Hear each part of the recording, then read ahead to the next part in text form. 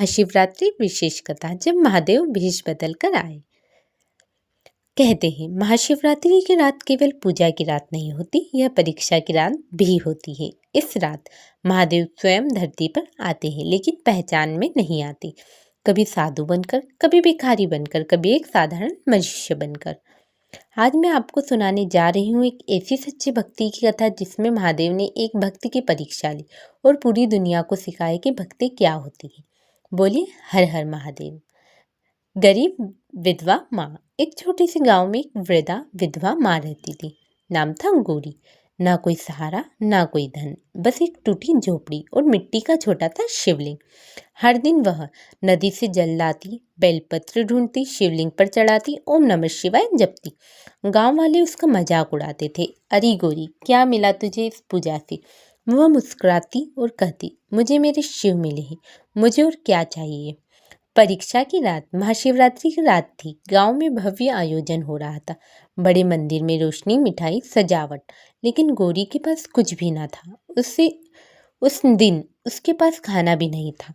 फिर भी उसने व्रत रखा, पूरी श्रद्धा से जल चढ़ाया। रात गहरी हो चुकी थी, ठंडी हवा चल रही थी। तभी उसकी झोपड़ी के बाहर आवाज आई, कोई है, मुझे बहुत भूख लगी। गौरी बाहर आई। एक बूढ़ा साधु खड़ा था, कांप रहा था, भूखा था, थका हुआ था। सच्ची सेवा। गौरी के पास खाने को बस थोड़ा सा आटा था जो उसने अगले दिन के लिए बचा रखा था। उसने एक पल न सोचा, फिर मुस्कुराई। अगर आज शिवरात्रि है तो यह मेरे शिव ही हैं। उसने सारा आटा पकाया, साधु को खिला दिया, खुद भूखी रही। साधु ने पूछा, तूने खुद कुछ नहीं खाया? गौरी बोली, मेरे महादेव भूखे नहीं रहे, यही काफी है। चमत्कार। अचानक झोपड़ी में तेज प्रकाश फैल गया। वह साधु मुस्कुराया और देखते ही देखते उसका रूप बदलने लगा।